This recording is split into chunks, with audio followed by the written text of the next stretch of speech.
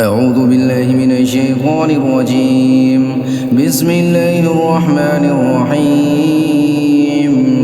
ألف لام ميم. تنزيل الكتاب لا ريب فيه من رب العالمين. أم يقولون افتراه بل هو الحق من ربك لتنذر قوما ما أتاهم من نذير من قبلك لعلهم يهتدون.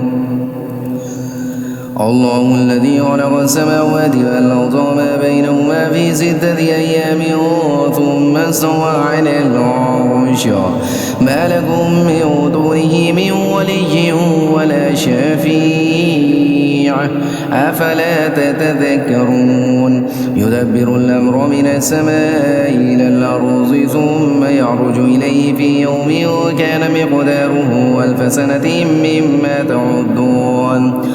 ذلك عالم الغيب والشهادة العزيز الرحيم الذي أحسن كل شيء خلقه وبدأ خلق الإنسان من طين ثم جعل نسله من سلالة من ماء مهين ثم سواه ونفخ فيه من روحه وجعل لكم السمع والأبصار والأفئدة قليلا ما تشكرون. وقالوا وإذا ضللنا في الأرض إنا لفي خلق جديد بل هم بلقاء ربهم كافرون.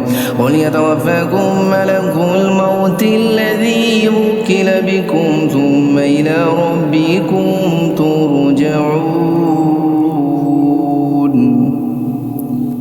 ولو ترى إذ المجرمون ناكسوا رؤوسهم عند ربهم ربنا أبصرنا وسمعنا فارجعنا نعمل صالحا إنا موقنون. ولو شئنا لآتينا كل نفس هداها ولكن حق القول مني لأملأن جهنم من الجنة والناس أجمعين. فذوقوا بما نسيتم لقاء يومكم هذا إنا نسيناكم وذوقوا عذاب الخلد بما كنتم تعملون. إنما يؤمن بآياتنا الذين إذا ذكروا بها خروا سجدا وسبحوا بحمد ربهم وهم لا يستكبرون. تتجافى جنوبهم عن المضاجع يدعون ربهم خوفا وطمعا ومما رزقناهم ينفقون. فلا تعلم نفس ما أخفي لهم من قرة أعين جزاء بما كانوا يعملون.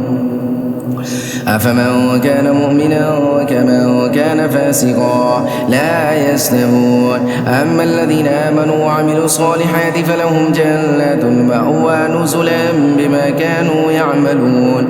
وأما الذين فاسقوا فمأواهم النار كلما أرادوا أن يخرجوا منها أعيدوا فيها وقيل لهم ذوقوا عذاب النار الذي كنتم به تكذبون. ولنذيقنهم من العذاب الأدنى دون العذاب الأكبر لعلهم يرجعون. ومن أظلم ممن ذكر بآيات ربه ثم أعرض عنها إنا من المجرمين منتقمون. ولقد آتينا موسى الكتاب فلا تكن في مرية من لقائه وجعلناه هدى لبني إسرائيل وجعلنا منهم أئمة يهدون بأمرنا لما صبروا وكانوا بآياتنا يوقنون. إن ربك هو يفصل بينهم يوم القيامة فيما كانوا فيه يختلفون. أولم يهد لهم كم أهلكنا من قبلهم من القرون يمشون في مساكنهم إن في ذلك لآيات أفلا يسمعون أولم يروا أنا نسوق الماء